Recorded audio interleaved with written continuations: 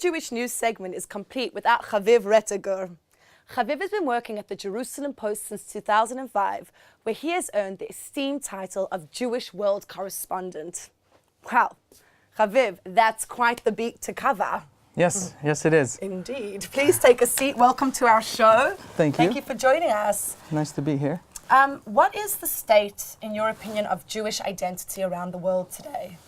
That's a very big question. It's actually several questions. If the question is, are Jews connected to their Jewish identity, then the answer is mostly yes. Jews feel Jewish in different places. That means different things, but there are millions of Jews that take part in community events and feel connected, feel affiliated, feel loyal, are willing to contribute. Jewish identity is in a good state. Okay. If we're talking about the kinds of Jewish identity and the kinds of Jews there are, then it is the contention of myself and people who are researching this issue that in fact Jews are becoming several very different kinds of people, and that the word Jewish means different things in different parts of the world. And that's very interesting. Okay, as like for example, American Jews feel how different to Israelis? Well, for example, if you are an Israeli Jew, that might not have anything to do with your religion, with your feelings about God, with your feelings about yourself. It might have a lot to do with feeling part of a collective, with feeling part of a nation, a people that needs your sacrifice, needs your commitment, needs your military service, Right.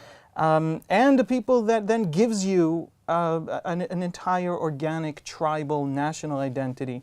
That's very profound for people. There's a sense of a collective in danger.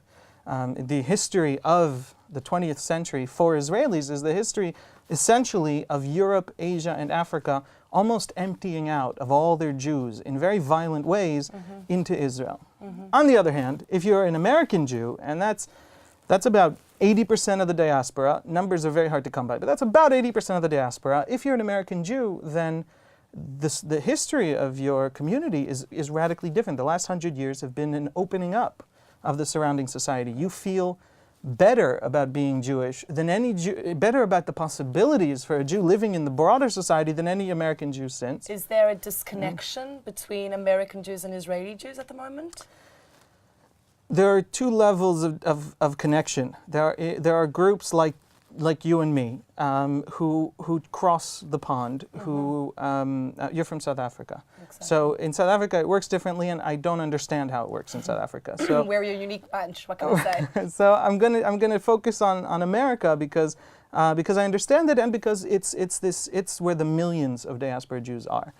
And so if you're an American Jew, your connection to Israel is something that is much less natural. It's something that's much less given. It's something that you're born into. It's something that you have to choose and adopt.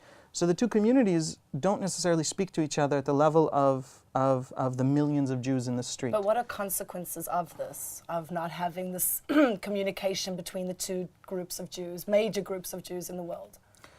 Well, so I think the consequences are tremendous. I think the consequences are that we are slowly allowing two very different Jewish peoples to be created, and that in itself isn't a bad thing. To have all sorts of different, very radically different ways of understanding what it means to be Jewish and what it demands to be Jewish.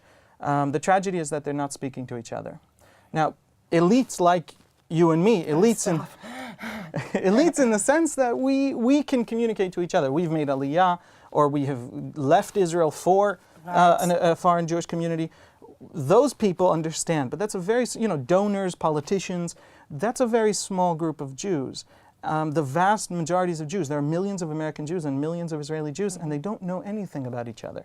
They hear about each other from the news, and not much on the news. And so we have two Jewish peoples who are floating apart, and they're floating apart so slowly and so delicately and so quietly, while this elite is churning a conversation about itself, that we're not noticing it, and that it's profoundly dramatic. Okay, but speaking of, even though you say we have a disconnection, do you think that there's a uniform language for Jews, that we can understand each other no matter where we are in the world?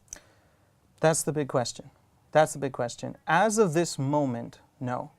As of this moment, Israeli politics and Israeli public life is not comprehensible to the majority of American Jews. Okay. That's a reality, I believe, and it's hard to get away from that reality. They don't get what Israelis are thinking and feeling. They don't understand what happened in Operation Cast Lead. They don't understand why sometimes Israelis seem to be bitterly divided, and sometimes Israelis seem to be incredibly united in a scale that most democracies don't enjoy. And so they don't really get what's happening there. Now, Israeli Jews, I think barely understand that 5 million American Jews even exist. It doesn't, occasionally they'll hear about a donor who built a building somewhere. And I think that's it. And American Jewish religion, which even among the Orthodox American Jewry is profoundly different in all sorts of cultural assumptions, in what rabbis do all day, in what your expectations are from your synagogue, and who builds the synagogue, in what the rabbinate even means, than Israeli Orthodox Jewry. There are these profound cultural changes.